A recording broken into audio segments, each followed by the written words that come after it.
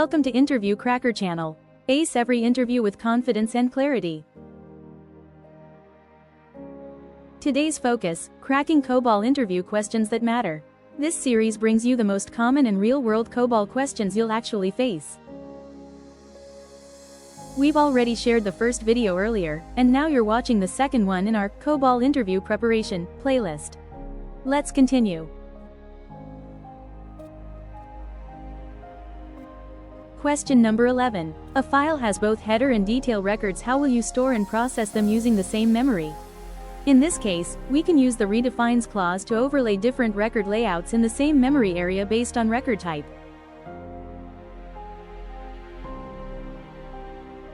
Here is the example. With the help of redefines clause, we can store multiple layouts in same memory location.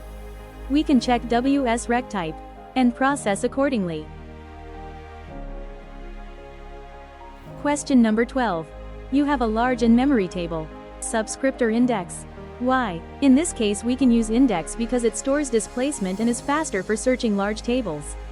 Tip for this topic is, always initialize subscripts and indexes before use. Uninitialized values can cause SOC4 abends. Question number 13. How do you stop reading when the file ends? We can use @end in the read statement and set a flag to exit the loop. Please look into the example in this slide. We are reading the file till its end. If it reaches end of the file, we are moving Y to end of file switch variable. @end prevents reading beyond EOF and avoids abends. Question number 14. Which call type do you use if subprogram changes often? The answer is dynamic call. It loads subprogram at runtime and avoids recompiling main program. If you see the example in this slide, we are moving the subprogram to WS variable, which can store the program name more often, based on logic flow. Where static call will happen with the subprogram name itself. So we use dynamic call if we have requirement to change subprogram more often. Question number 15. How do you extract part of a string in COBOL? Answer is referential modification. With the help of it, we can extract the particular part of a string and move it to another variable. Here is the example in the screenshot I have added inside the slide. For this, no loop needed, it directly takes the required string. Question number 16. How do you display comp3 values with a decimal point? Move comp3 to a display pic with a decimal. In this example, amount variable is having comp3 description, and disp is the display field that we are defining to store in a decimal format. If we simply move amount variable to disp variable, then add display parameter, it will display comp3 values with a decimal point. Explanation. Comp3 is a packed decimal, must move to display pic for readable output.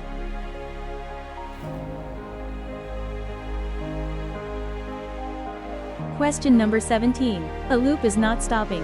What will you check? This is very common mistake that a developer do in real-time scenarios. In such a scenario, check the loop condition and ensure the counter is incremented inside the loop. In this example, perform loop is checking for a condition and inside the loop, adding the counter variable balus +1. Explanation. Missing counter update is a common cause of infinite loops. Question number 18. How do you fetch data from DB2 and decide grade in COBOL? Use exec-SQL to fetch percentage, then evaluate to assign grade. If you look into the example given, selecting the student percentage from DB2 table and based on it, writing the evaluate logic. Explanation. SQL handles fetching, COBOL handles business logic. Question number 19. You have an input file with EMPID, name, and salary. You need to sort it by salary in descending order and write it to another file. Use COBOL's sort verb with using and giving clauses, specifying descending key.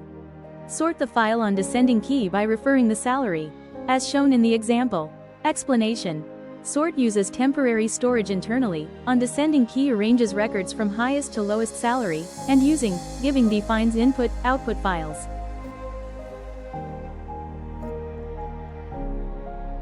Question number 20. You have a sorted table of customer IDs. How will you find a specific customer quickly? Simple. We can do it by searching. We have search all for binary search, which is faster on sorted tables. Apply CIR all on the table which you are referring for as shown in the example. Also add the condition. Note: whenever you are using the CIR all, you should follow the rule like, you have to use only one when condition and only one equal to operator as shown in SNF.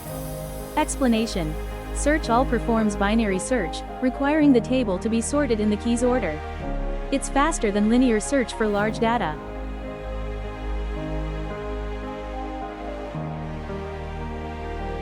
Have a question in mind? Drop it in the comments, I'll answer you in the next video.